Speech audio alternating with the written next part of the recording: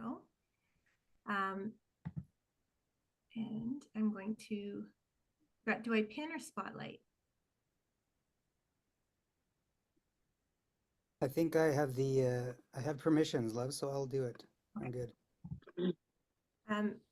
So if you've heard that story, that's an exciting story about how Meim and Dave found out about the Baha'i faith in 1969. Meim and Dave have 3 sons, 3 daughters-in-law, 8 grandsons, 1 granddaughter, you heard that right, and 2 great-grandsons. And so David has served in many different capacities. A few of those roles have been as an auxiliary board member, a continental counselor for the Americas, and on the National Spiritual Assembly of the Baha'is of Canada. What's really important for Meim and Dave are their interests in Greenland and China, where they've been able to visit for the past 33 years for medical reasons, like to be of service and Baha'i service.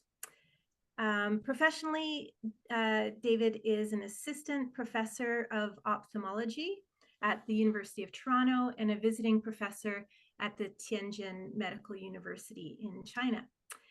Some fun facts about Dave, and this is where we could really get exciting. Dave holds an 8th degree black belt in karate. So I've heard that he has very notoriously hard bones from all the sparring over the years. He's a member of the Technical Council of the World Shido-Ryu Karate Do Federation and the Canadian Shido-Ryu Karate Do Association. And very excitingly, Dave once a week goes to school with Cooper, his and Meim's big male standard poodle, and they are together learning how to better behave. So I'm sure we'll see the results of that training today in your presentation, Dave. There's a lot more to say. I'm going to leave it there because I think Dave is excited to get into the heart of the matter. And our topic tonight is none other than a reference in the Baha'i writings that says world peace is not only possible, but inevitable. So that's quite a surprising statement. We can't wait to hear your take on it, Dave. I'm going to just turn it over to you. Well, thanks, Maureen. It wasn't quite as short as I was hoping for, but thank you. It's always great to have a daughter-in-law online, and my son and my wife and all the other friends that are available. It's really a joy to be able to do this and to have some chance to share some thoughts and ideas about the Baha'i teachings and where the Baha'is see the world going. And not that we have everything clear in our minds, but it's kind of an exciting journey that we're on as Baha'is and as a civilization that's before us. You know, I was when I suggested this topic, and then after I said it, well, that's a catchy topic, but it wasn't my topic. It was actually something that the Universal House of Justice had written a number of years ago, and we find in the Baha'i writings that that the inevitability of world peace. And I think when we live in today's society, as we're looking around and see news on television and however we're getting it, it doesn't look very promising. We know we have a couple of wars going on that we're aware of, and probably many others that don't get that much television presentation. So you sort of think, well, how is it possible that we're ever going to have a world peace? And how would it be inevitable? I mean, I think that's even another idea. I think, what's the possibility of that? Well, surprisingly enough, what I wanted to do, and this just occurred to me this afternoon, because I think last night I was with Maureen and Brett and some other younger people last night at home here with Meim, and we had a wonderful time. And but I was thinking this afternoon about what Abdu'l-Baha, who is the son of Baha'u'llah, had said, and what he had done, and how he had raised the vision of people in terms of the Baha'i teachings. And you know, when the faith of Baha'u'llah was born in the middle part of the 1800s, you know, we're living like now several decades from that beginning, and maybe we're starting to just kind of get an idea of what Baha'u'llah has in motion and what's in plan. And So for each generation of Baha'is, there's probably an unfolding understanding of the teachings of the faith. But some of the teachings that Baha'u'llah brought to us way back in the middle part of the 1800s, we're starting to sort of come to grips with today. And we can look down into the future and imagine how marvelous this is going to be for the world. But I wanted to read you something that Abdu'l-Baha wrote in 1875. Now, this is a long time ago, of course. And you would say, well, what's the purpose of this? You know, here it is in 2024. And why would I be reading something from the 1800s, 1875? But I wanted to read this to you because I thought, well, if we're thinking about world peace and its inevitability, this may have to do something about what humans would be like. Like, what would we be like if there was going to be a world of peace? How would we behave? Maybe there would be some guidance that could give us some help about this. And my understanding from the world great religions is that, well, each great religion has provided for us insights and guidance about how to behave, and then we kind of forget it. It seems like it. And then it's restored again, as we know, and from the Baha'i perspective, and with progressive revelation, that each revelation of God provides us a necessary understanding and guidance for the capacity of the people that live in that day. And then we kind of maybe we outgrow the need for that, and we have new refreshed teachings and things that are updated and ideas that are more clear to us. And we live in a world that's progressed, that's different than it was, say, 2,000 years ago, 3,000 years ago, 4,000 years ago. So here we are in 2024, but I'm going to read you something from Abdu'l-Baha, what he wrote in it was in 1875. Now, his father, Baha'u'llah, who was his father, he said to him, I don't know exactly the words he used, but he said, I want you to write something to Persia, and I want you to tell them how they could behave and become a great nation, and how they could, what are the requirements of greatness? And I'm thinking, well, if we could have a great nation, maybe we could have a great world. And what would it look like? And what would be the fabric of that structure? So I wanted to read to you the opening part of, some of you are familiar with this, The Secret of Divine Civilization. So the secret will be out tonight, but I'm going to just give you the opening couple of paragraphs and see what you think, how this applies like today to us in our daily living. Now, in a world where we live in, like now in North America, where everyone is seeking identity, it seems that that's the preoccupation with everybody. I mean, Baha'u'llah says, noble have I created thee, which sounds like a pretty good identity right there. And then he goes on to say something to the extent of, well, wherefore dost thou abase thyself? Like, arise into that for which thou was created. So from my understanding in the holy writings of the faith, Baha'u'llah gives us an identity, says we're noble, and then he says, well, behave noble. I mean, it kind of sums it up. I kind of speak like this because I come from a surgical background, and surgeons tend to do things kind of abruptly and cut through the stuff. So this is the way I see it. Like, when we're noble, then we should behave noble. And we seem to fall short of that in large measure. But this is what Abdu'l-Baha wrote to the people of Persia. I'm just taking this out of context. Well, I sent on page 2. So it's not too much out of context, kind of at the beginning. He says, and the honor and distinction, some of you will be familiar, the honor and distinction of the individual consists in this, that he amongst them, all the world's multitudes, should become a source of social good.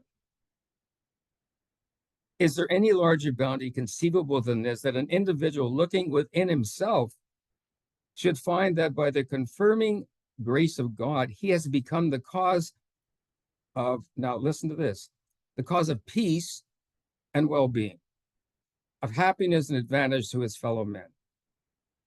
And then Abdu'l-Baha says, it says, there's no, by the one true God, there is no greater bliss, no more complete delight.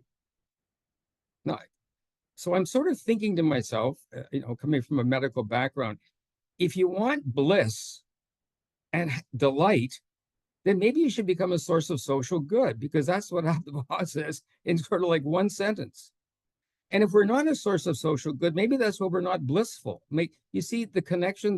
Maybe there's a relationship to something that we're doing or should be doing, And as a result of that, we would accrue a joy and happiness. But if we're preoccupied with ourselves, which is what we seem to find a lot about in the world today, and Baha'u'llah says in one of the writings we're familiar with, I'm sure he says, let your vision be world embracing rather than confined to yourself. Well, if we're confining everything to ourselves and we're searching ourselves and looking inward and outward, maybe we're never finding ourselves, because the only way to find ourselves and to be a source of good and social and finding bliss and delight would be becoming a source of social good. So I'm just laying that down kind of as the fabric of growth for peace, because I'm trying to understand this myself, frankly. Like, what would this look like in a society? What would a peaceful world look like? And well, we could say, well, there'd be no war. Well, that's kind of okay. Now what? I mean, are we talking about the absence of war as being peace? Or are we talking about a new construction, something that's a very different physiology and fabric, and something which is quite unique and different than we've ever imagined before? Now, the problem is that I understand there are many people that say, well, look, we've always had war. We'll always have war. It'll never change. And I'm thinking, well, okay, let's just make that an assumption that that's what we will always do, because an assumption is you have no proof. You just think from history, an example of this, we can't, induction does not work. And I gave a lecture last week at the university, and there was a wonderful book called The Black Swan. Some of you may have read it. People were looking at swans and swans and swans for years and years and years, and every swan they saw was white. And so by induction, you would say, well, the next swan I see is going to be white. But there was, unfortunately or fortunately, they found in Australia a black swan, and that ruined everything, because now all of a sudden, all of the ideas of a white swan kind of got blown out of the water when they found a black swan. Now, what do you do with this? We say, I was always planning on white swans, and now there's a black swan. What if our assumption about war in the future, that the past of history repeating itself, is just bogus? And even if it's, what if we're wrong about the idea that we will repeat history just because some historian says we're going to always repeat history? I mean, what if they're totally wrong? What if the assumption is wrong?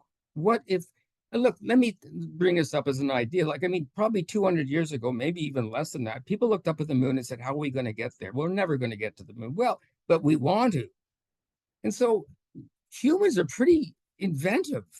And, they figured out how to fly first, and it was kind of catastrophic. From what I understand, reading about early flight, it was painful. People were falling and dropping, and wings weren't working too well. And, eventually the Wright brothers got something off the ground for a few feet, and then it collapsed. But we're really smart, and we can really do incredible things if we really want to try and do it. Like we're possibly able to do these things. And so here we are now, just about 150 years later, and we're landing on the moon tonight. Somebody's got another thing landing on the south pole of the moon. And 50 years ago, of course, people don't believe this, that we actually landed on the moon, but I kind of do. I think it was a great event. But even if we didn't happen 50 years ago, it's happening tonight. We're really doing things. We have the possibility as humans to do extraordinary things if we wish to.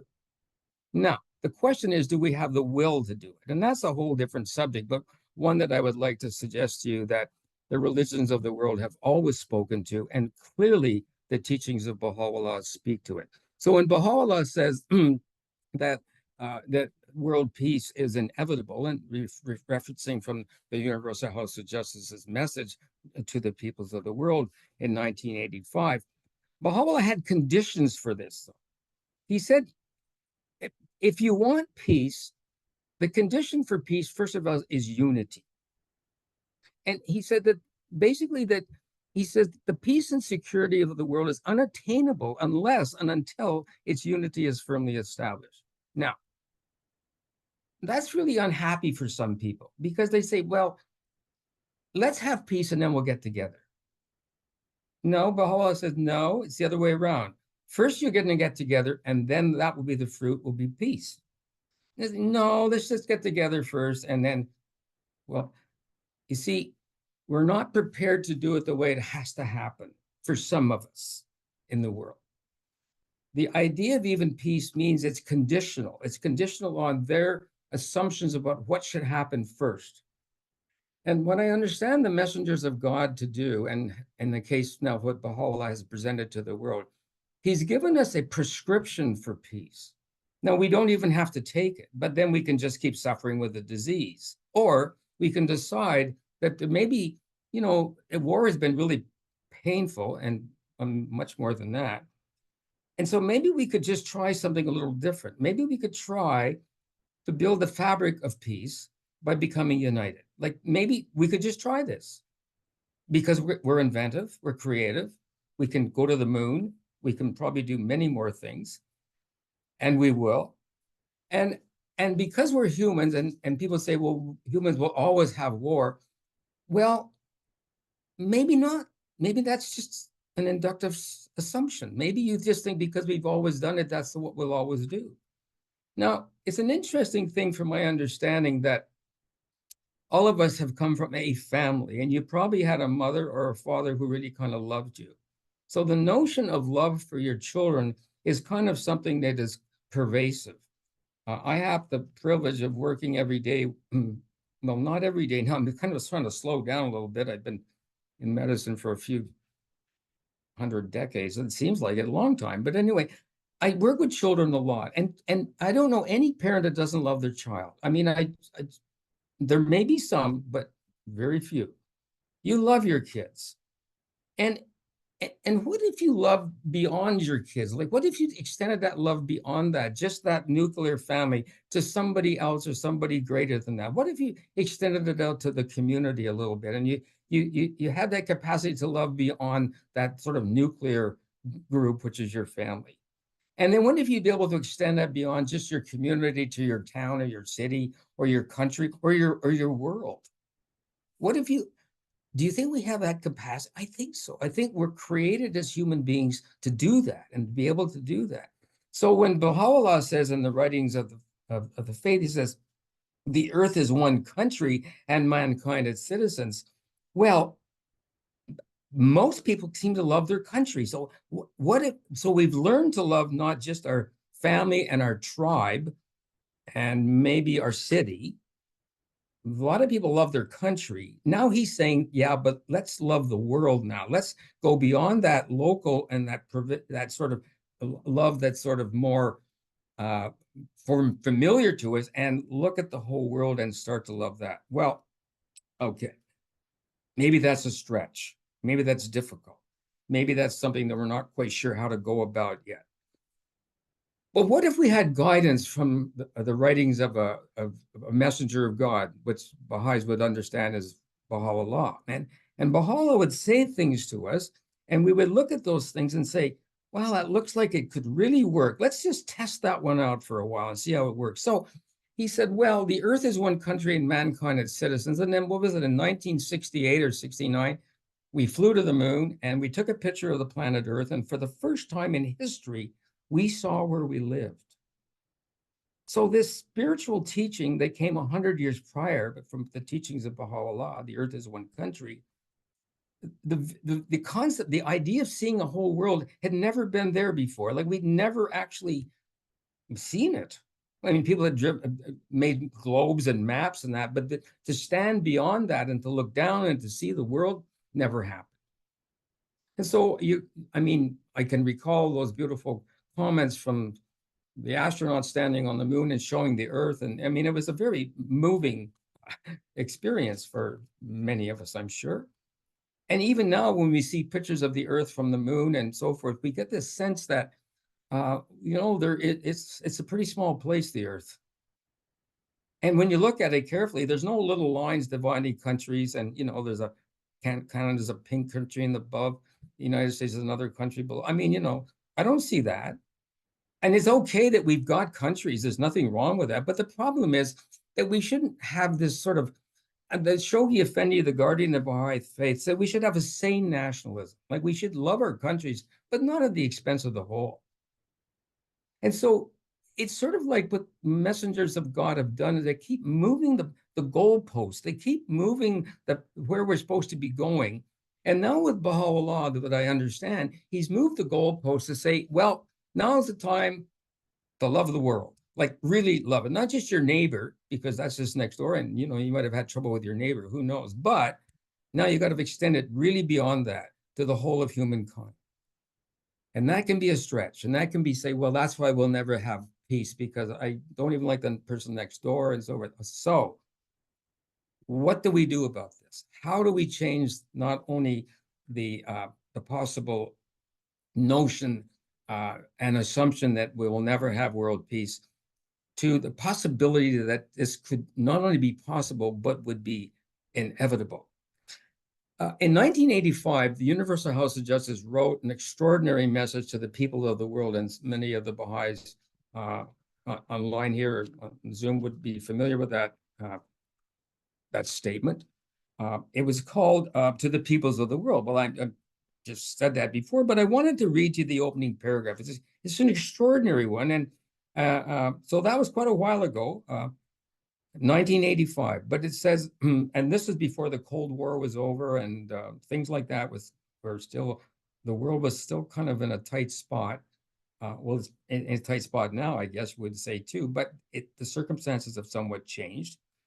But here's what the House of Justice said: the great peace towards which people of goodwill throughout the centuries have inclined their hearts, of which seers and poets for countless generations have expressed their vision, and from which age to age the sacred scriptures of mankind have constantly held the promise, is now at long last within the reach of the nations.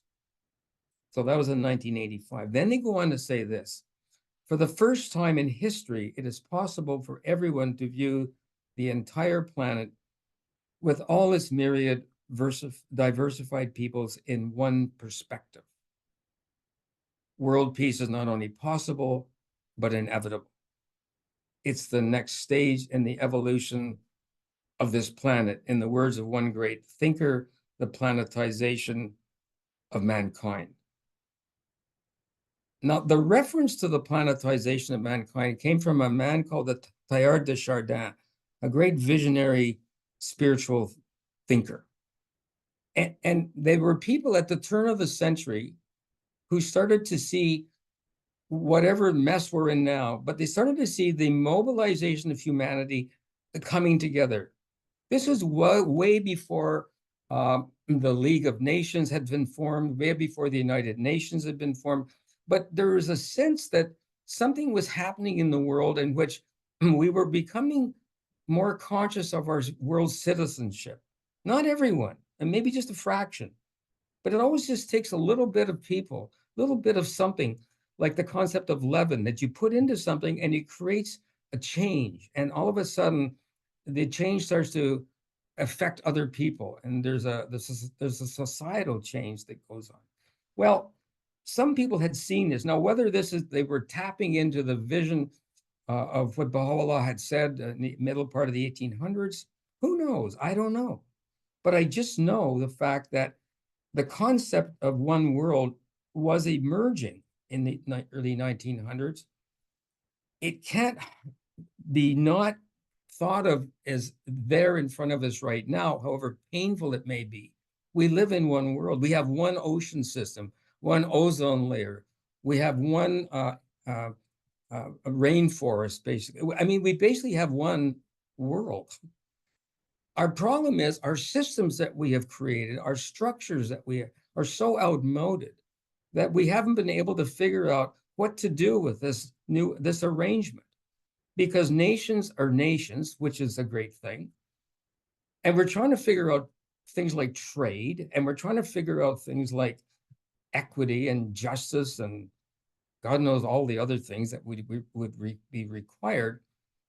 And the systems that we have put in place are systems which are kind of systems built on 200 or 300 years ago. They're kind of outmoded systems. They don't work very, very well. Like, for example, and some of you may agree with this, may not. But our political systems are systems based on confrontation. It's like us versus them. It's I guess the good versus the bad. I guess that was the way we always viewed the world. One tribe against another, one people against another. So we have liberals and we have conservatives. We have Democrats versus Republicans. We have this versus that. I don't know. We have everyone's versus something. And they polarize themselves. And rather than seeing themselves as one people, it's us versus them. And it's kind of bizarre when you think about it, because clearly it's not working very well. And this is not for me making a political statement. It's just feeling that it doesn't feel comfortable the way things are working in the world where it's us versus them. It seems like, couldn't we start to talk about we? Isn't there a way in which we could accommodate things in a way that addressed the wholeness of us in a way that would be unique and different and spectacular and, I don't know, I guess revolutionary, something that we've never quite tried before. So what Baha'u'llah did, he didn't just say world peace is inevitable. He created for us then a system by which people who were sharing and trying to understand his teachings tried to implement these teachings that would promote peace. In other words, create a society that was operational given this new reality. So let me give an example of this, which I find extraordinary. Every 5 years, the supreme governing body of the Baha'i community, referred to as the Universal House of Justice, which wrote this statement in 1985, and then there's a more current statement, which I'll speak to. They're elected by the National Baha'i Assemblies of the world, of which in every national assembly, there's 9 elected members. They've been elected by the local Baha'i communities of each country or territory of the world. There's over 175 or 180 of these national assemblies in the world now. And every 5 years, they gather together, all of the members of the national assemblies, all of them that can go to Israel, and they elect the membership of the Universal House of Justice. And I've had the privilege of being there on 4 occasions to see the election of the House of Justice. It's the most extraordinary event on the planet, I have to tell you. People from all over the world are casting a ballot to elect the membership of the House of Justice. There's no electioneering, there's no speeches made, there's no, people aren't in the back room trying to, persuade people to vote for somebody in this over. It's the most sanctified environment I've ever been in the presence. It's unbelievable. And in this vast arena where the members are gathered, or they cast their ballot in a secret manner after prayerful consideration to elect the membership of the House of Justice. I was telling to the friends the other night that when I was there one time, one of the members of the Hands of the Cause of God, some of the friends here would remember the name of Dr. Varka. Dr. Varka was this very sweet man, very extraordinary man. And he just loved the world, and he loved the peoples of the world. And we were walking down from this election of the House of Justice, and I'd been there, and the members had been elected. And I was walking down the stairs out of the auditorium where we had been.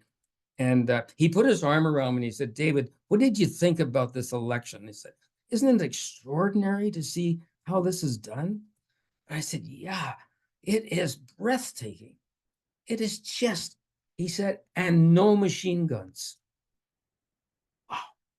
And it really hit me that when you think about the elections around the world, how many times you'll see people standing there with machine guns, and there's tanks and there's people, because the electoral process is not free. People are not allowed to express their independence. You see, and here in this Baha'i community of these members of national assemblies from all over the world, the United States, Papua New Guinea, Brazil, Argentina, Ecuador, the Congo, I go on and on. There they are, representing their countries and in dignity, raising up the membership of the House of Justice. And then once they're elected, there's this extraordinary applause for the success of this great enterprise of the election of the House of Justice. It is just breathtaking. if some of the people of the world could just witness this, I think they might think about maybe our other system is kind of bad. You see, because what we're doing in the world, we backbite and we argue and we call people's names and I don't know, it's just so disgusting. You wouldn't want your kids to hear this. And we watch it on television. We see it every day. It's sort of like it's the norm. So you can't build peace with that kind of atmosphere. But you can build peace if you start to do things differently, you see, because then you have a different social climate and fabric that you're working with. I wanted to share that with you because one of the fundamentals of the teachings of the Baha'i faith then is education. And not just education about say your prayers and be a good person. Yeah, for sure, that's important. But education about how to live within a complex society of all different kinds of people that are different than you. Inviting people that are not the same as you to be your friends, and not just to do it because it looks good, but because you're seeking it out. You're trying to accommodate being a part of being a world citizen. You're trying to be that world citizen. You want to feel comfortable in this world you live in, not just in your town and your city and your home, but in a world. So you will find Baha'is forever that I understand this, and having traveled a little bit now, they just get up and go to another country and become living there. Or they do something and do periods of service like many of the youth have done, going to other places and so forth. Brett and Maureen are on this call, so I'm not going to be backbiting about their family, but I'm going to just say their kids are great because, their youngest kid spent a half a year or so in India serving at the Baha'i House of Worship in India. And then he went and spent some time in Nepal. And you're thinking, well, like what kid from Oakville would be doing that? Like, why would you do that? Why wouldn't you just get a job at McDonald's or something? Or no, because if you want to understand the world, you can't just see it on CNN or Fox or whatever. You really have to get out into the world. And it doesn't mean you have to do it, but it's so much easier to love the world if you've been there. And you see people that are just different than you, and you think, geez, they're pretty nice. I kind of like those people. And I want to associate with them. And you're not frightened of them anymore. And they eat different food and they speak different languages. But you think, geez, they're pretty great, though. And this is what the Baha'i community is like around the world. It's absorbing the diversity of humanity, bringing it in, not watering it down and make it look all sort of homogenized, but it's a great complex society of people who see the same thing about the oneness of the world with all its great diversity. And it's an experiment that's going on. It's going on like daily, and it's going on all over the world. Meim and I have had this extraordinary privilege of visiting, and people can understand. I have friends and doctors, a friend of mine, and they say, where are you going this year? Well, we're going back to Greenland. Greenland, why do you go to Greenland? Well, we have a lot of friends there. They say, how can you, they just don't kind of get it. Like, how would you have friends in Greenland? Well, I would say, I don't know. We just ended up having friends there, and we wanted to go back and see them. A number of years ago, folks, Meim and I and Brett, our son, and our other two sons, Todd and Darren. This was in 1971, so Brett was pretty young then. He was born, but barely. Brett, yes, you were born in 68. So we went to an intercontinental conference of the Baha'is in Reykjavik, Iceland. Now, Iceland has become a big tourist spot, right? But in 1971, it was not a big tourist spot, but it was a great spot to have Baha'is gather from around the circumpolar area. They came from Europe, they came to the United States and Canada, and we gathered in Reykjavik, and we had this wonderful conference. And I can't remember how many Baha'is were there and how many countries. Probably over 30 or 31 countries are represented at this conference. So while we're there, we got to see the Icelanders, and it was a wonderful experience because for a lot of the people in Iceland, they'd never seen such a diverse group of people. We really looked diverse, folks. We really did. There were black Baha'is and yellow Baha'is and red Baha'is and white Baha'is. I don't know, it was a big shade of everything. And you'd walk down a main street in Reykjavik, and the Icelanders knew exactly who the Baha'is were because we were just different. Like everyone was not an Icelander. That was the main difference that distinguished us. And I think it wasn't puzzling to them, but it was interesting because many of the people in Iceland had never seen Black people physically. They'd seen them only on television, or they'd never, you know what I'm saying? It just, so for Iceland, it was it was really quite an extraordinary experience. Well, anyway, but for Baha'is, it was like, well, this is the norm. And in those days, it was 1971. A lot of the youth had very long hair, playing guitars. You know, it was post 60s, early 70s, and so you know, it was kind of an interesting group of people. And I'm thinking, wow, these are my friends. And I thought, oh, you know, I guess if I'd have stayed just not being a Baha'i, I wouldn't have had people like this as my friends, because why would I have chosen them? You know, they're really different than me. But I chose them not because I chose them, but because they were Baha'is, and we're trying to figure out how to live a better world together and how to build world peace. And so you ended up kind of liking these people. That they just seemed to be kind of cool.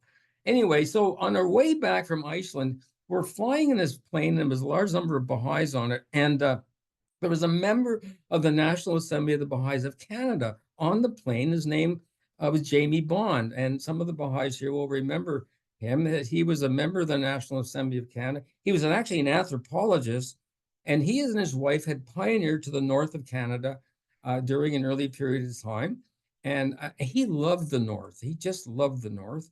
And when we were flying back from Iceland to Canada, we were flying over Greenland. And it happened to be that it was bright out. I don't know when we left, but it was a bright day, and we could see Greenland out the side of the window. And I think everyone on the plane kind of ran to the right side of the plane to look out. I think the plane probably tipped a little bit, you know, as everyone moves over. And Jamie Bond got to the front of the airplane, and he gets on the PA system, because I think it was a charter flight, so we could take it over. It was legitimate anyway. And he started to talk to us about the future of Greenland, because it's written in the Baha'i writings about the future of Greenland and becoming Baha'i. And anyway, and I remember Meim and we looked out the window. I thought, geez, I'll never be there. Like, I mean, what's the chances of ever going to Greenland? You know, it's just, and we flew over it, and that was it. Never thought about it again. Well, 1989, this is now a long time later, there was a conference of Baha'is, funnily enough, in Greenland, and Meim and I ended up going to it. And we had a great time. And then I had been asked to do some service for the Baha'i community. And one of the countries that I'd been assigned to, strangely enough, was Greenland. And in those days, before 9/11, you could actually fly up to the northern part of it. You go to Iqaluit, which is in Baffin Island, and you could take a plane over to Nuuk, which is the capital. And it was pretty easy to get there. Well, after 9/11, folks, all the planes stopped. Literally, they stopped, and they stopped flying to Greenland, and you couldn't get there except going to Copenhagen, because Copenhagen, Denmark, is part of Denmark. Greenland is part of Denmark, and so the only way you can get to Greenland is go to Denmark and then fly back to Greenland. It's like, oh my God, you know, what kind of a world are we living anyway? So the next year, someone said, well, are you going to have to come back and see us? Well, so we went to Copenhagen, flew back to Greenland, and saw them. And then they said, well, are you going to ever come back? Well, okay. Well, so for 33 years, we've been going back to Greenland every year and seeing the Baha'is there. Now, the reason I tell you that is that there's a Baha'i community in Greenland. The whole country of Greenland, folks, is 58,000 people. That's the country. It's bigger than Australia. And they have this wonderful Baha'i community. And the language they speak there, is surprisingly not, is Greenlandic, although they speak Danish and some speak English. And so Meim and I have come to love the people of Greenland. And it's just, I don't know, like you could say, well, why would you go there? Well, why don't you, if you love your friends, why don't you want to go and see them? I know it's hard to get there, but you know, that's the only obstacle. It's hard to get there, but not because you don't want to go to it. So you go. Now, we ended up going to China. And how did I get up there? Well, that was another interesting story too. I'm telling you these stories because of the world, because if we're going to build a world of peace, we have to think then about its diversity. So a number of years ago, there was this Baha'i ophthalmologist. I'm an eye surgeon. I'm a Baha'i in the United States. And he told me, he said, if you ever go to China, look up this fellow and he'll want to show you his hospital. So I said, well, because Meim had been born in China, was born in China, and she had gone back there a few times with a All Women's Federation, an American organization that she went with some Baha'is over there to meet with Chinese women, and they would have conferences. And then Meim said, well, you got to come to China sometime, see where I was born. You know how it goes. So anyway, we go this, I go this one time, and he said, well, if you go to China, look up this friend of mine, his name is Zhao Rong. And it's like saying, if you go to the United States, look up Bill. Like, I had no idea where we were going, nor did I have any idea of the country, what part of the country. So he said, well, it's near Tianjin, and it is in Tianjin, it's south of Beijing. So anyway, we went there, and we met this man at the airport, a young guy, young Chinese guy, doctor, and he said, well, come to my hospital. Do you want to see some patients? Yes. Do you want to operate? Yes. I did that. So, and then we met some Baha'is there, and he said, well, are you going to come back next year? I said, I don't know. He said, well, you should come back. So we went back 22 years in a row. We've gone to China. Now, friends, I say this because we have many friends in China. And I know all the stuff we see on television about China and all. They're just people, folks. They're just wonderful people. I'm not talking about the political systems. I'm talking about the humanity of China, the humanity of any country is fundamentally so marvelous and so wonderful. And we have so much to learn from each other and share with each other.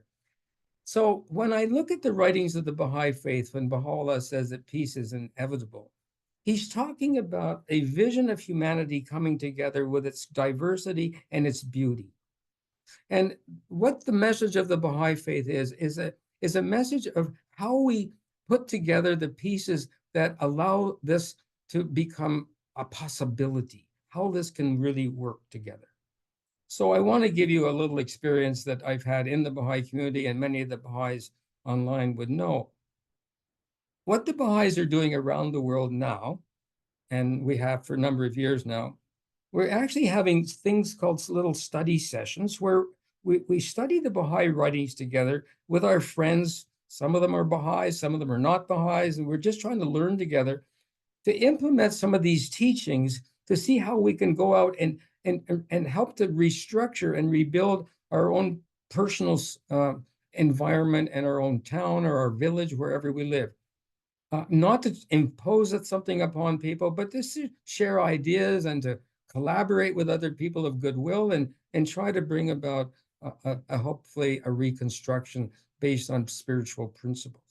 The children's classes themselves, they're learning things about trustworthiness and truthfulness, none of which is not a bad thing to have in a new society and a peaceful society.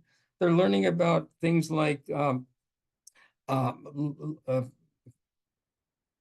abolishing concepts of prejudice and learning how to respect each other and so forth.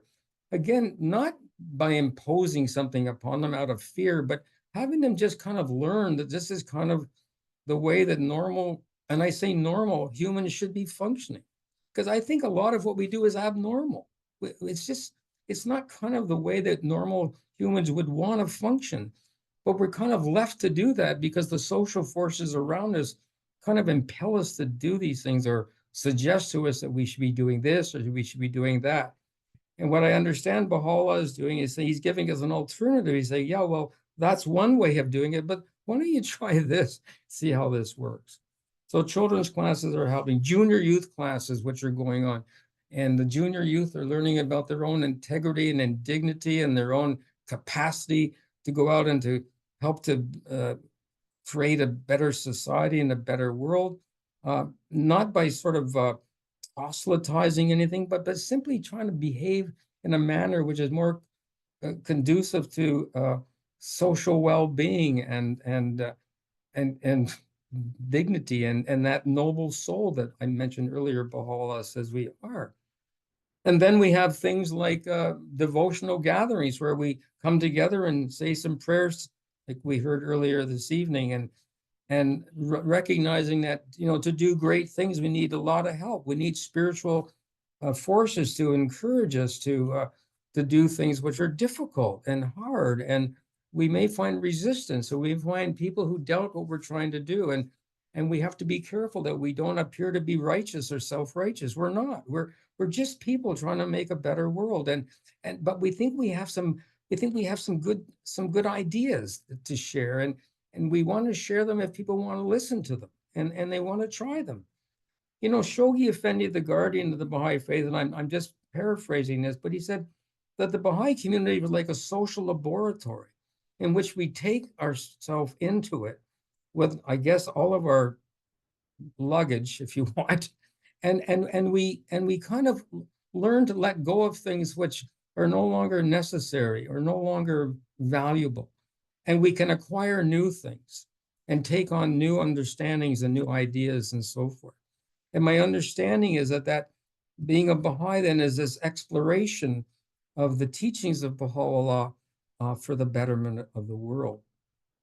I wanted to just sort of end with this idea for you, and I'll read a little bit from this more current message of the House of Justice. It came out not too long ago, and I'm sort of suggesting if you wanted to, it's the 18th of January, 2019.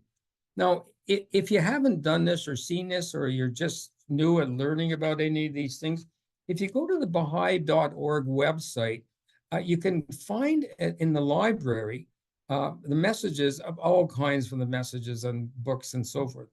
But if you look under the Universal House of Justice, and then you look under current messages down the line, if you look at 18th of January 2019, you will find this message that I'm referencing right now for you, and just see what you think about it as you study it. Meim and I had an opportunity this weekend. It just worked out. It was quite fortuitous. I hadn't really known we were going to be doing this, to sit down with a group of people for a couple of hours and study this message. And it was just breathtaking for me to review that. I'd read it before a couple of times, but it's like so many things. If you have a chance to really sit down and think about it and talk about it, it sometimes means a lot more to you. So I wanted to just read a couple of little bits of this for you and kind of leave that, and maybe we can have some questions and so forth. So the House of Justice in this message, it says this: the realization of such a vision, they're talking now about a new world, a better understanding of the world, will require sooner or later an historic feat of statesmanship from the leaders of the world. Like a historic feat of statesmanship. Alas, the will to attempt this feat is still wanting. Like, aren't many countries that still want this yet.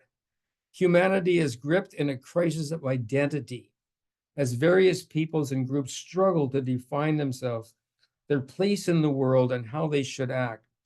Well, folks, I mentioned much earlier, you know, the guardian of the Baha'i faith said we should have a sane nationalism. Yes, so it's wonderful to be an American or a Canadian or a Mexican or whatever. It is most wonderful, but not at the extent of the world. Like, I mean, at some point, folks, it's like looking at your thumb and saying, my thumb is so beautiful. I mean, it's part of a whole body. I mean, there's something going on here. And every country is part of a whole. And if we're so in love with the part and not understanding its beauty in relationship to the whole, we're kind of messed up, folks. And if I can give you, if my essential understanding of the Baha'i faith and Baha'u'llah's teachings is this: stand back and look at the big picture, folks. This is so magnificent. And what Baha'u'llah came to do is to help us to understand the joy of the world, like the beauty of the whole world. And we're still fighting over pieces of property. Like, it's just extraordinarily bizarre to me. We haven't moved on. But I guess that's where we are. But on the other hand, then you think, well, when you were 3 and 4 years of age, you wanted everyone that you wanted your own marbles or you wanted your own Lego and you didn't really want to share. But hopefully when you became a bit older, you shared your Lego. I don't know, maybe you never did. But what we're saying now, folks, is that you don't own the Lego. I mean, can't you share it with your I don't know. I don't get it. I mean, I do get it, but you know, the House of Justice talks about this prolonged adolescence that the world is going through. We're physically mature, but we're mentally like, I don't know, 3-year-olds sometimes. We have little tantrums and we do silly things. And I'm sure nobody on the screen's like this, but I mean, you know, I can remember my teenage years and I'm thinking glad I don't have to repeat them. But I look at some of the youth today, the Baha'is that I know, and these kids are just extraordinary and think, God, I was never like that. You know, they're just much smarter and they're just nicer than I ever was. Seriously. Anyway, let me finish this. And so the House of Justice gets this. He says, they haven't been able to define their place in the world and how they should act. Without a vision of a shared identity and a common purpose, they fall into competing ideologies and power struggles. Seemingly countless permutations of us and them define group identities ever more narrowly and in contrast to one another. Over time, this splintering into divergent identities ever more narrowly and in contrast to one another. I mean, well, folks, we know this is happening in our collective North America. It's pretty bad. I mean, you know, you love individuals, but the system is just tearing us apart, and it's happening daily. And it gets so much noise on television, on the radio. It's sort of like that's life now. It's real. And it's so bizarre for a Baha'i to see this, I think, I hope, that we would behave this way. He goes on to say this, the House of Justice said, over time, the splintering and divergent interest groups has weakened the cohesion of society itself. Rival conceptions about the primacy of a particular people are peddled to the exclusion of the truth that humanity is on a common journey in which all are protagonists. Well, you know, I think that is such an extraordinary thing. I was mentioning the other day when we were gathering, you know, I'm an ophthalmologist, so I always had a love for a man called Zamenhof. Zamenhof was the founder of Esperanto, this language that was invented in the 1800s because Ludwig Zamenhof felt that there should be a language by which we could all communicate. If we could all communicate, the barriers would come down. So he had this vision, you know, of let's talk and maybe we can figure it out. If you can't understand somebody, then you're even more suspicious of them, right? And his daughter became a Baha'i. And she was a very active Baha'i. As far as I know, Ludwig, the father, wasn't a Baha'i, but it doesn't matter. He was captured by the spirit of the oneness of humankind and is trying to find a tool to bring people together, like language, you see. And you find in the Baha'i writings that that's one of the products of the revelation of Baha'u'llah, that we will have a universal language in the future. We'll maybe have secondary and tertiary languages that we all speak, but that's really an important thing, that we would be able to talk with each other, and that would maybe dispel a lot of misunderstandings that we have, because we like our own personal languages. But even then, maybe languages change and morph. If you go back and try to understand Old English, there's not a chance in the world you're going to know what did they say. I have a friend of mine who's a doctor. It just seems to know a lot of doctors, and his wife is a professor of Old English. Wow. So how many people study Old English these days? Not many. Not many. And when they have a gathering, I don't think there's just a handful of people in a room speaking Old English, because it's pretty old by definition. And I think the last time they had a meeting was in Iceland. So I'm sort of thinking, well, everyone meets in Iceland, but because they come from all over the world. But you know, I'm sure studying Old English has relevance. I'm totally sure it has relevance. But the point is, if we go back too far, we would know we couldn't understand what people were saying several hundred years ago, even though they say they were speaking English or whatever language it would be. Things have changed and morphed and so forth. So then it goes on to say in this message, it says, unity in its Baha'i expressions contains the essential concept of diversity, distinguishing from uniformity. It is through love for all people and by subordinating lesser loyalties to the best interests of humankind that the unity of the world can be realized and the infinite expressions of human diversity find their highest fulfillment. Now, you know, I think some people think, well, unity has to do with everyone looking homogenized. We're all the same. Not at all.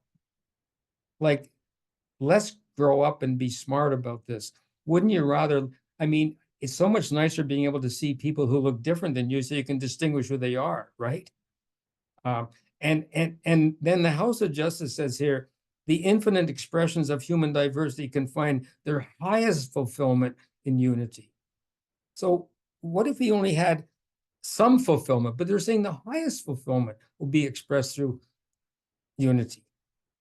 So then coming back to this prerequisite for world peace, when Baha'u'llah says the peace and security of the world is unattainable unless and until its unity is firmly established, then the purpose of the Baha'i community would be that it is a vehicle and a magnet, hopefully, to attract like-minded people that are bent on the unity of humankind. That's what we're about. And we invite people to join with us in that exploration and learn how to do things together with us. Learn that men and women are really quite equal, and not only equal, but are quite exciting as we try to figure out what this all means together.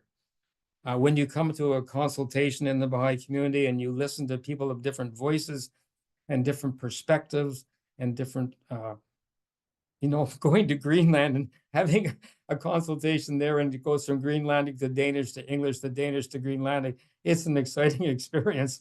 And God love us, them particularly, because I mean, I don't speak a word of Danish. Well, I can understand a couple words, but nothing in Greenlandic. And of course, they had to translate everything for myself and for Meim. They're so marvelous. I mean, you know, we're just privileged to know people in the world that are so extraordinarily beautiful. And they're not perfect. Don't misunderstand me. I'm not trying to elevate them to statehood or sainthood. No, they're just nice people. And they want a better world. And they're working for it. So I'll end up with this last thing here. And that's from the House of Justice saying this. He says, a heart that has embraced love for the whole of humanity will certainly be pained when confronted by the suffering that so many endure because of disunity. But the friends of God, which I'm hoping is everybody, cannot shut themselves out from the interesting turmoil of the society that surround them. They must guard themselves too from becoming enmeshed in its conflicts or falling into its adversarial methods. No matter how bleak conditions may appear at any given time, no matter how dismal the immediate prospects for bringing about unity, there is no cause for despair. The distressing state of the world can only spur us to redouble our commitments to constructive action. These are not days of prosperity and triumph, cautions Baha'u'llah. The whole of mankind is in the grip of manifold ills. Strive, therefore, to save its life through the wholesome medicine which the almighty hand of the unerring physician hath prepared. So, folks, I think I'll just sort of end there and see if you have some questions you'd like to bring forward. But I just wanted to tell you how happy I was to be able to do this and having Farouz to invite me to do this. It's really a joy for me. I hope I haven't caused too much grief for you, but it's a joy for us, Dave, to hear your thoughts and your stories. I loved how you ended as well. Not that you ended, but how you ended, which was talking about no cause for despair, Yeah. and this idea of healing medicine for the peoples of the world. That was a wonderful way to end. And I also appreciated that you started by saying the secret is out. You got the secret out there so we could all It's hear it. out, yeah. We all like a good secret, so, or at least the Yeah. You know, I was trying to share with some of the people, and I hate to make analogies or great metaphors or anything like that. There's nobody who in the world, I know on this screen, and there's no Baha'i that I would know that is not seeing the suffering in the world that's going on. It is horrible, folks. But the problem is that I see, and I say this, what is happening in the Middle East and what is happening in Ukraine are just horrible things. But I want people to remember that right today in the Sudan, people are dying of hunger. There's just nothing. There's no food for them. There are people in Africa dying. There are children dying every day from malnutrition. The world is kind of in a messy world. And what we do see, though, unfortunately or fortunately, we should see, we see the horrors going on, and it's orchestrated on television. I don't mean it's orchestrated, but it's so in front of us that we can't remember all the bad stuff at once. So we focus on the most current bad stuff. I think that's possibly what happens. It's like when Meim and I have talked about this, you know, we've seen times in the past when, remember those Chilean miners were down, we couldn't get out, and we all had the mine. We were all focused on these poor men trying to get out of the mine. And we're thinking we could only deal with so much suffering at one time. And then we get moved to another point of suffering and so forth. So my feeling is, and I say this now as a doctor, it's sort of like working in an emergency room where you see all these people coming in and they're broken and they're, you know, and I've had that experience. You kind of have to close yourself off to the pervasive suffering to treat what you can do. And I think we need to realize that it needs to be all fixed. So let's get on and do what has to be done, which is what Baha'u'llah is prescribing for us. That children's class, that adult, that Ruhi study circle, that devotional gathering, those are not meaningless activities. They're foundational for building something for the future. And as more and more people engage in these kinds of activities, and at the same time try to put band-aids on the suffering. I mean, we have to do kind of both, but not become distracted by the great thing that has to happen. Then the world will become gradually transformed. So we're kind of living in a very, well, I hate the word exciting because that makes it sound like it's pleasant, but we're living in a time of extraordinary activity where the world is teetering on the brinks of trying to figure it out. I mean, when we ended the Cold War, we kind of thought, well, the nuclear thing is kind of now in the past, but now we've gone from that to another state in the world. But I remember somebody saying to me once, you know, it's like when the old incandescent bulbs used to be kind of going to be burned out. They kind of had the last glimpse of, they would flare up and get really bright just before they burned out, and then they'd go out. And that's it. I'm just kind of hoping that this may be one of the burnouts. I don't know. But on the other hand, you know, when I go back and look at the history of the Baha'i faith, and I think of Mullah Hussein, the very first person who recognized the Bab, God, I wonder if he had any clue what was going to happen. Like I think back to, and none of us will have a clue as to what's going to be in the next 50 years, but it's going to be magnificently different than we can imagine now. But we could be the foundation of that. We could be the bricks and mortar of that new thing that's going forward. And I can't think of anything more exciting than that, frankly. So that's why we invite people to come and join with us in that exciting adventure, Yeah. I think, friends, we might have just a few minutes here if we have a few comments or questions. And Aniela, thank you for raising your hand, and it's your first time at the fireside, so bravo, way to go. Oh, great. I have crashed your fireside before, so maybe someone else needs to go. Oh no, crashing is great. Oh, go ahead, Aniela. Yes, this is such a lovely space. Dr. David Smith, thank you kindly you started all of this off with this understanding. It's a revolutionary concept that we were born noble. Mhm.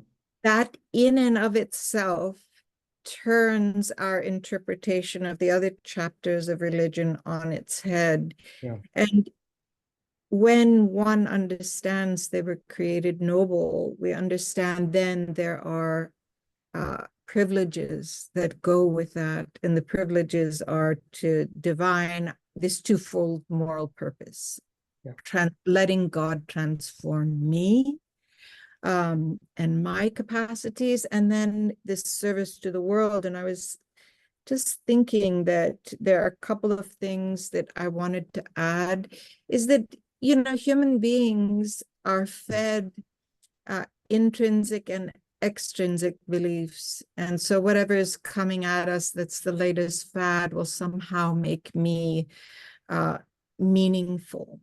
Mhm. And Baha'is are saying the exact opposite. It is actually your meaning is God-given, and we need you.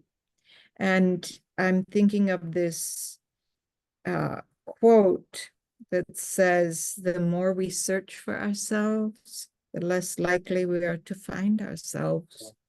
And the more we search for God and to serve our fellow men, the more profoundly we become acquainted with our own selves. Yeah. And the more inwardly assured. This is one of the great spiritual laws of life. So then how do we begin to search for ourselves through service to one another and to the betterment of the world? And I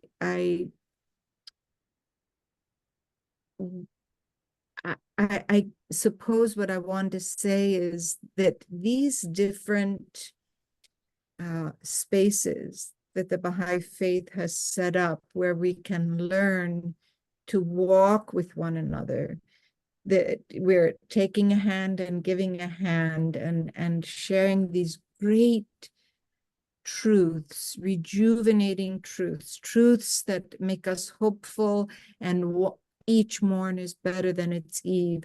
These spaces we invite you into, and we promise that you will be a little dizzy, just like we are. We promise you will be happier. We promise you'll be loved as clumsily as we can love, and as elegantly and delicately as we're learning to love. Yeah. Yeah, I think that's a really good point. It's interesting what you brought up, because when I became a Baha'i, which is mentioned earlier by Maureen and Meim and I, we both became Baha'is really in 4 days. 4 days. We heard about the faith on Saturday, and we became Baha'is Thursday. I didn't want to be involved. I know that sounds, but I thought, well, this is pretty good stuff. I like it. I'm a physician. I'm a scientist. I like it. Made a lot of sense, and I thought, gee, you know.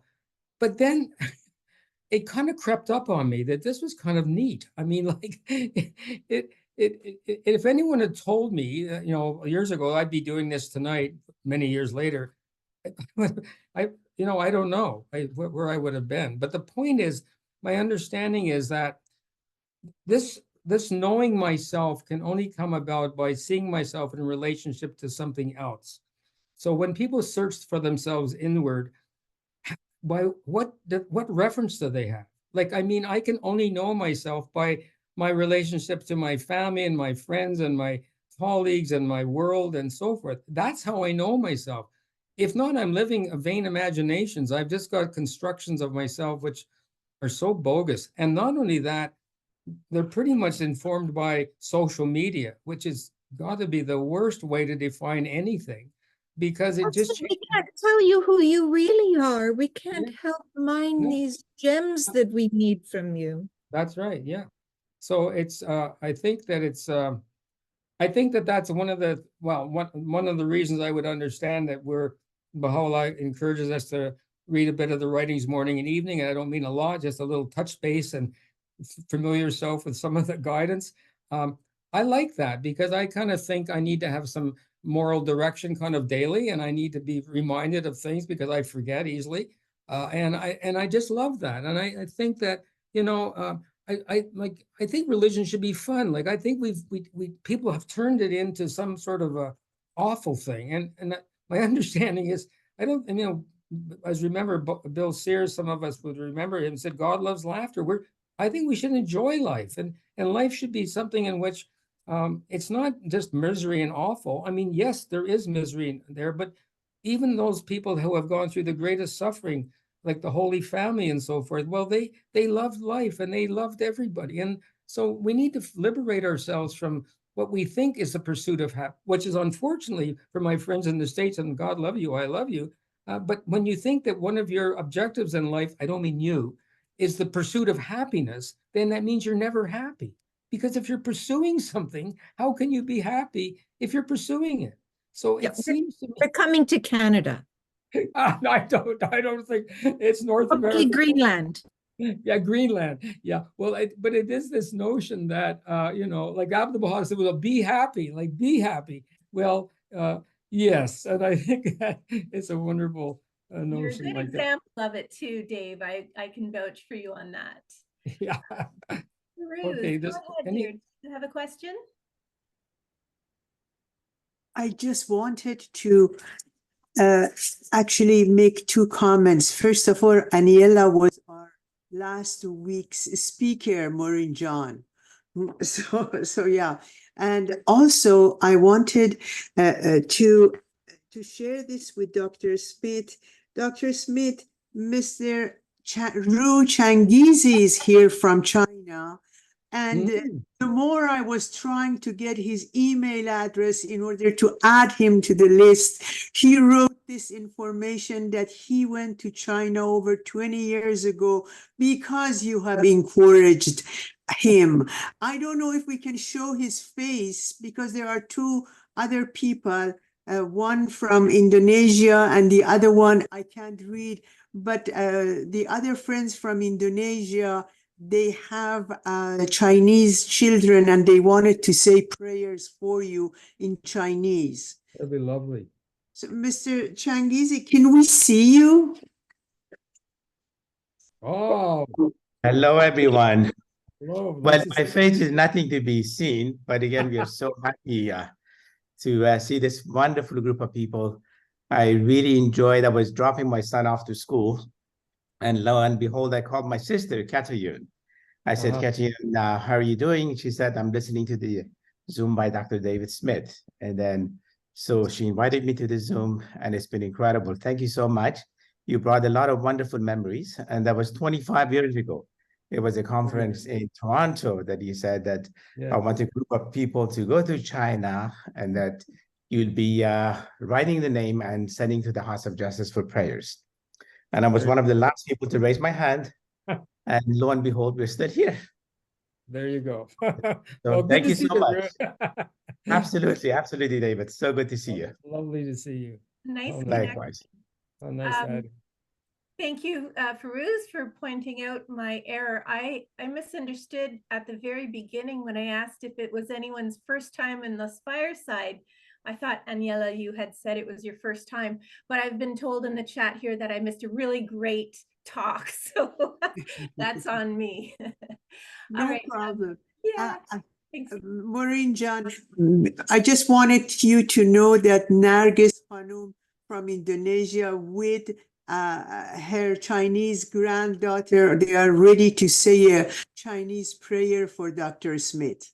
That'd be lovely.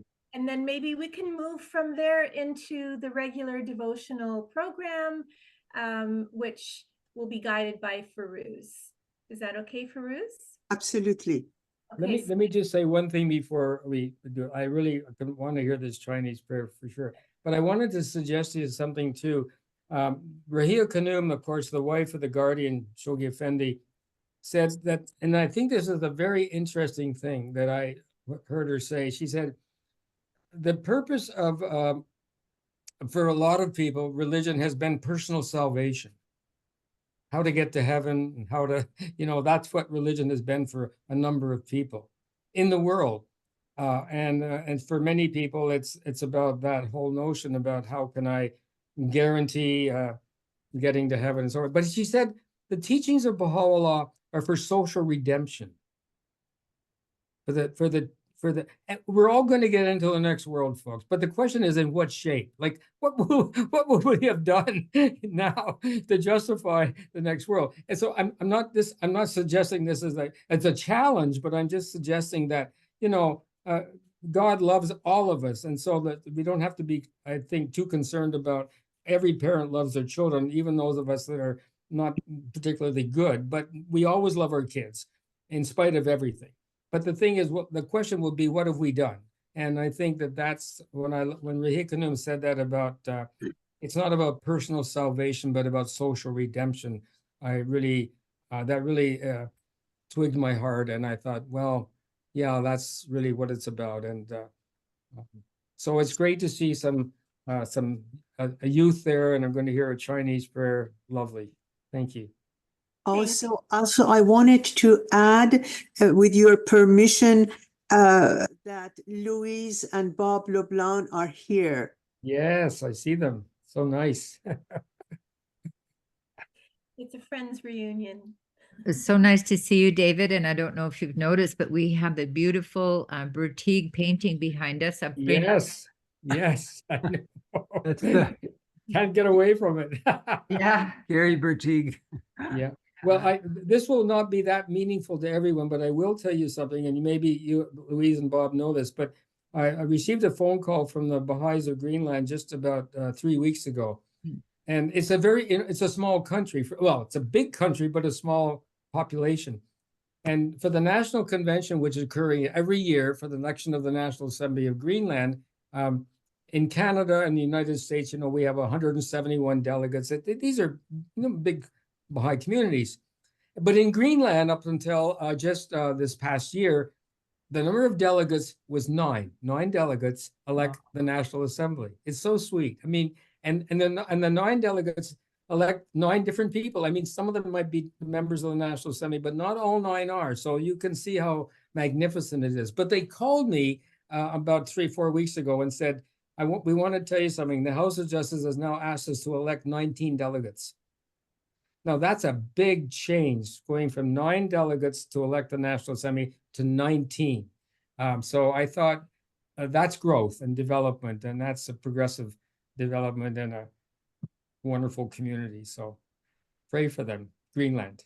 Yes, I love that country. Yeah. Okay. Thank you.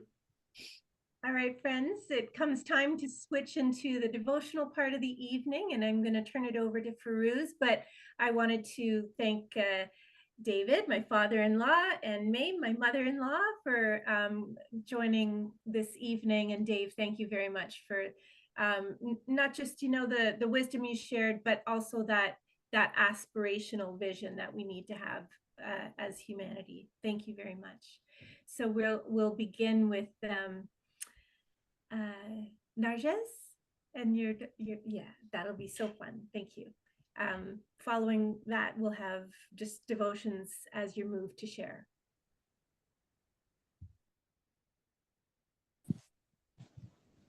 Shantiya, 万般皆自跟着呀，却研究，而皆自能够是属于上帝的。也在每一个人额头把哈。